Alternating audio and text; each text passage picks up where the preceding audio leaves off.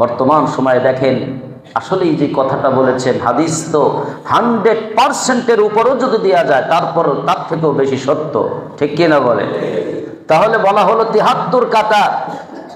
আজকে আমাদের দেশেরই একটা দল আছে যারা মাজার কেন্দ্রিক, মাজার ব্যবসা করে, মাজারের খেদমত করে, মাজারকে সাজায়, প্রতি বছর অরস করে এবং সেখান থেকে তারা টাকা পয়সা বিভিন্ন নজর মান্য যা আসে সব কিছু খায়। এরকমের আছে না একটা গ্রুপ? যখন হক্কানে আলেম ওলামা সঠিক দাওয়াত দেয় ইসলামের, তখন তাদের কলিজায় আঘাত লাগে, কারণ তাদের ব্যবসায় ভাটা পড়ে যায়। মিজানুর রহমান আজহারি বাংলাদেশের একজন অন্যতম স্কলার।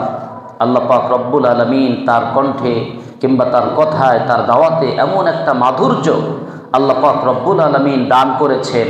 হেমিলনের বাঁশিওয়ালার সুরে যেমন পাগল পারা হয়ে দৌড় দিয়েছিল, ঠিক তদ্রূপভাবে এই মিজানুর রহমান আজহারি যখন বয়ান শুরু করতেছে, আলহামদুলিল্লাহ মানুষগুলো সেইভাবে পাগল পারা হয়ে কোরআনের কথা শোনার জন্য একেবারে বন্যার স্রোতের মতো, পানির মতো তার দিকে ছুটে যাচ্ছে। সুবহানাল্লাহ।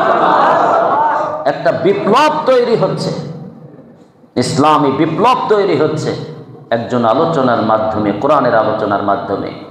কিন্তু একজনদের ব্যবসায় ভাটা পড়তেছে, তারা হলো মাজার ব্যবসায়ী, ঠিক কিনা বলে? এই মাজার ব্যবসায়ীরা, তাদের মধ্যে একজন ভণ্ড পীর সাদিকুর রহমান হাশেমি নামে, আমি গতকাল দেখলাম যে সে ঘোষণা দিচ্ছে যে মিজানুর রহমান আজহারির কল্লা মাথা নিয়ে এসে দিতে পারবে তাকে 10 লক্ষ টাকা পুরস্কার দেব। নাউজুবিল্লাহ, জোরে বলতে পারলেন না? একজন মুসলমান আর একজন মুসলমানের, শুধু মুসলমান না, একজন আলেম আর একজন আলেমের কল্লা কাটার জন্য 10 লক্ষ পুরস্কার ঘোষণা করেছে টাকা। এর থেকে দুর্ভাগ্য, এর থেকে কলঙ্কজনক কথা ইসলামে আর কি হতে পারে? আল্লাহ পাক এদের হিদায়াত দান করেন, সবাই বলেন আমিন। প্রিয় ভাইরা আমার, আল্লাহ তাআলা কুরআনুল কারীম সূরাতুত তাওবা 34 নম্বর আয়াতে বলছেন, ইয়া আইয়ুহাল্লাযীনা আমানু ইন্না কাসীরাম মিনাল আহবারি ওয়ার রুহবানি লা ইয়াকুলুনা আমওয়ালান নাসি বিল বাতিল ওয়া ইয়াসুদ্দুনা আন সাবিলিল্লাহ। আল্লাহ পাক রব্বুল আলামিন বলছেন, ওহে যারা ঈমানদার শুনে রাখো, ইন্না কাসীরাম মিনাল আহবারি ওয়ার রুহবান, ইহুদি আর নাসারা খ্রিস্টানদের ভিতরে তারাও আলেম ছিল, পীর ছিল, বুজুর্গ ছিল। এই পীর বুজুর্গ তাদের জীবনের লক্ষ্য উদ্দেশ্য তারা এক পর্যায়ে বানিয়ে নিল। কাসীরাম মিনাল আহবারি ওয়ার রুহবান, তাদের জীবনের উপার্জনের একটা মাধ্যম তারা করে নিল। যেহেতু লোকজন তাদেরকে ভক্তি করা শুরু করলো, তাদেরকে পীর বাবা বিভিন্ন কিছু বলা শুরু করে শ্রদ্ধা জানাতে শুরু করলো, তাদের দরবারে বিভিন্ন মান্যত করা শুরু করলো, তারা ওইটাকে পেশা হিসাবে নিয়োজিত করলেন। লা ইয়াকুলুনা আমওয়ালান নাস বিল বাতিল, মানুষদের, জনগণের আমওয়াল, ধন সম্পদ, টাকা পয়সা, হাদিয়া তহবা, এইগুলো অবৈধ পন্থায় তারা ইনকামের রাস্তা শুরু করে দিল। জোরে কন নাউজুবিল্লাহ।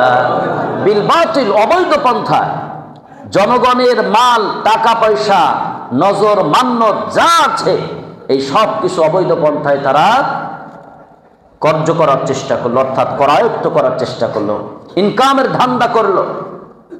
তাদের আর একটা উদ্দেশ্য, ওই সময়ও হকপন্থী ছিল, সঠিক যারা ইনজিল কিতাবের অনুসারী, তারা কালিমার দাওয়াত সঠিকভাবে দিতেন, কোরআনের হক কথা, ইসলামের হক কথা তারা দাওয়াত দিতেন, বলতেন। আর এই হক কথা যারা শুনতো তারা মাজারের দিকে যেত না, ওই সব পীরের কাছে যেত না, ভণ্ড পীরের কাছে যাইত না, এবং তাদের ব্যবসায় ভাটা পড়ে যেত। তারা বাধ্য হয়ে চক্রান্ত করে ওয়ায়াসুদ্দুনা আন সাবিলিল্লাহ, যারা সঠিক কালিমার দাওয়াত দেয়, ইসলামকে আসল মর্যাদা দিতে চায়, তাদের পথে তারা বাধা দেওয়ার জন্য চক্রান্ত শুরু করলো। নাউজুবিল্লাহ বলেন। তাহলে ইহুদি খ্রিস্টানদের ভিতরেও ওই রকমের আহবার আর রুহবার বিভিন্ন পীর দরবার খুলে তারা থাকত এবং জনগণের সম্পদ তারা অবৈধভাবে ইনকাম করত। সঠিক ইসলামের দাওয়াত যারা দিত তাদের কথা শুনলে জনগণ আর ওই জায়গায় যাইতো না। এই জন্য যারা সঠিক দাওয়াত দিত তাদের বিরুদ্ধে ষড়যন্ত্র করে সঠিক ইসলামের দাওয়াতে তারা বাধা প্রদান করত। নাউজুবিল্লাহ। কোন সূরা তাওবা আয়াত হচ্ছে 34। এই আয়াতের সাথে মিলান, যারা সঠিক ইসলামের দাওয়াত দেয় এই দাওয়াতের পথে যখন জনগণ আসে তারা কিন্তু মাজারের দিকে যায় না, ঠিক কিনা বলে? মিজানুর রহমান আজহারি সহ আরো যারা হকপন্থী যারা সঠিক কালিমার দাওয়াত দেয় এই দাওয়াত শুনে শুনে সঠিক ইসলামের পথে আসে, তারা মাজার ভণ্ড পীরের দিকে যায় না। তখন তাদের ব্যবসায় ভাটা পড়ে।